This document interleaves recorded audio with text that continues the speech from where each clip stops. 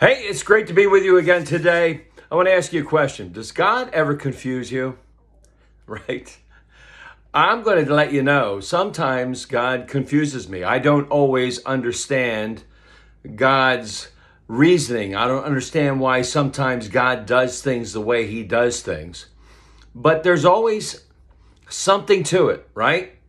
There's always something we can learn from the things that God lets happen or the commands that God gives us to see if we'll be obedient. And in the Old Testament, one of my favorite stories is Joshua is coming into the land, right? And they come up to this incredible city, Jericho. It is the city of all cities at that point. It has walls that are 21 feet thick. It is massive. It is a massive city. It is highly defensed. And the Jews, right, are looking at it like, what in the world? How are we ever going to take this place?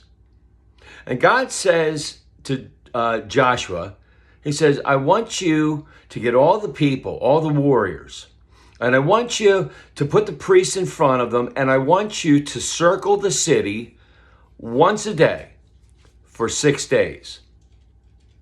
And then on the seventh day, we're going to do something different. We're going to have all the people get together, right?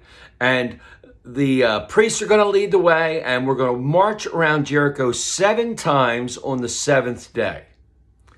Now, Joshua could have been like, that is the weirdest thing I've ever heard in my life. There's no way we're going to do that. That's totally silly. It doesn't make any sense. But Joshua believed God, and he obeyed, and he did it, right? 1, 2, 3, 4, 5, 6 days they march around Jericho, and on the seventh day they get everything together. And God had said, when you're done the seventh time around the city, have all the people yell, blare trumpets, break pots, and we'll see what happens. And so Joshua does it. And on the seventh time, horns are blowing, people are screaming, they're stomping their feet, they're breaking pots. And don't you know, those gigantic, massive walls crumbled before all the sound that the Hebrews made. And Joshua and the people captured Jericho. Now, if Joshua had not done what God had told him to do, they might still be marching around to this day, right? But Joshua had faith. He was a man of faith. He listened to what God said, and he believed that if he did what God called him to do and told him to do, if he was obedient,